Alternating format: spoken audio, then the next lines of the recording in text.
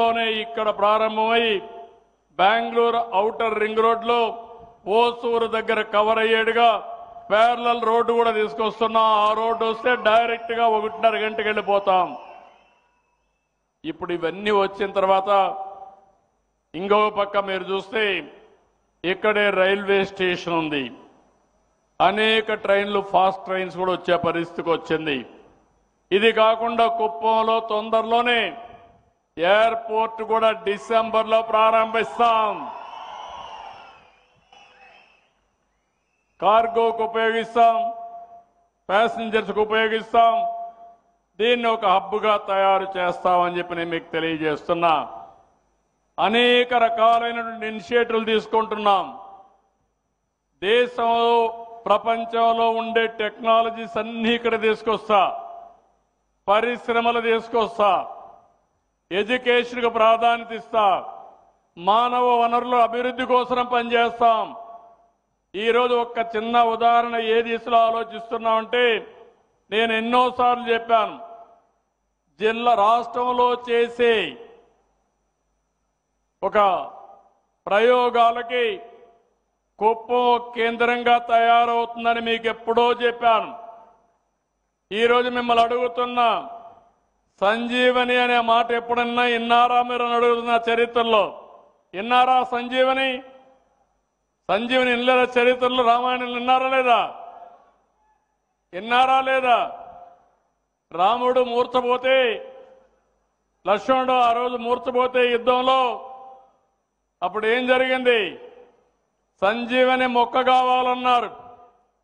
సంజీవని మొక్క ఎక్కడ దొరుకుతుందంటే, ఆ రోజు హనుమంతుడు చెప్పినప్పుడు నేను పోయి తెస్తానని వెళ్ళాడు. ఆయనకు మొక్క తెలియదు కానీ తేవాలని సంకల్పం ఉంది. తెలియకపోతే పర్వతాన్నే తీసుకొచ్చాడు. ఆ పర్వతాన్ని తీసుకొస్తే ఆ పర్వతంలో ఉండే మొక్కను తీసి లక్ష్మణుడికి వైద్యం చేసి లక్ష్మణుడు బతికాడు. అవునా కాదా అని అడుగుతున్నా. ఇప్పుడు ఆ ప్రయత్నమే చేస్తున్నా నేను. మీ ఆరోగ్యాన్ని కాపాడడానికి ప్రపంచంలో ఉండే నాలెడ్జ్ అంతా తీసుకొచ్చి మీ ఇంటి దగ్గర మీకు అందుబాటులో పెట్టే బాధ్యత నాది.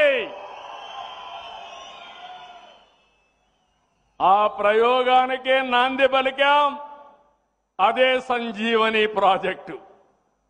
మీ సెల్ ఫోన్ ఉంటే సరిపోతుంది మీకు, మీ ఆరోగ్యం పక్కా. నేను చెప్పింది మీరు వినండి.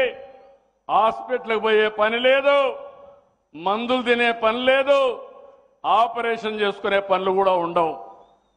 అలాంటి వినూత్నమైన ప్రాజెక్టుకి ఇక్కడ చేశాం. ఇప్పటికే దగ్గర ఒక 30,000 మంది ఫాలో అవుతున్నారు. తొందరలోనే ప్రతి ఒక్కరి ఆరోగ్యం కోసం మనం ప్రయత్నం చేస్తామని చెప్పి తెలియజేసుకుంటూ, ఈరోజు ఒకటే మిమ్మల్ని కోరుతున్నా, ఒకటి కాదు, చాలా విషయాల్లో టెక్నాలజీ ఒక పక్క ఉపయోగించి, అదే మరిగా పెద్ద పెద్ద సంస్థలు కూడా ఇక్కడ తీసుకొచ్చి, రాష్ట్రానికి కూడా తీసుకొచ్చి మన యువతకు ఉపాధి కూడా కల్పిస్తాం. గడిచిన 1 సంవత్సరం 2 నెలల్లో మీరు చూస్తే దగ్గర 10 లక్షల కోట్ల రూపాయలు ఎంఓయూలు చేశాం. ప్రతి 15 రోజులకు ఒకసారి ఎస్ఐపిబి, ఎస్ఐపిసి మీటింగ్లు పెట్టుకొని కేబినెట్ మీటింగ్లు కూడా క్లియర్ చేస్తున్నాం. నేను చెప్పే ప్రతి ఒక్క మాట ఆచరణ సాధ్యం. ఇవి ఆచరణలో పెట్టి ఈ రాష్ట్రాన్ని బాగు చేసే బాధ్యత మేము తీసుకుంటామని మరొక్కసారి మీ అందరికీ హామీ ఇస్తూ, ఈరోజు మళ్ళీ ఈ కుప్పంలో ఒక చరిత్ర సృష్టించాం. చాలా ఆనందంగా ఉంది. నేను ఒకటే మీ అందరికీ చెప్తున్నా, నీళ్లు ప్రతి ఒక్క ఎకరాకు ప్రతి ఒక్కరికి అందుబాటులో పెట్టే బాధ్యత నాది. దీన్ని సద్వినియోగం చేసుకొని బాగుపడే కర్తవ్యం మీది. దీనికి సిద్ధమా అని మిమ్మల్ని అడుగుతున్నా. సిద్ధమైతే చేతుల పైకెత్తండి. వాణిజ్య పంటలు వేయాలి, మళ్ళా వరి పంట వేయొద్దండి.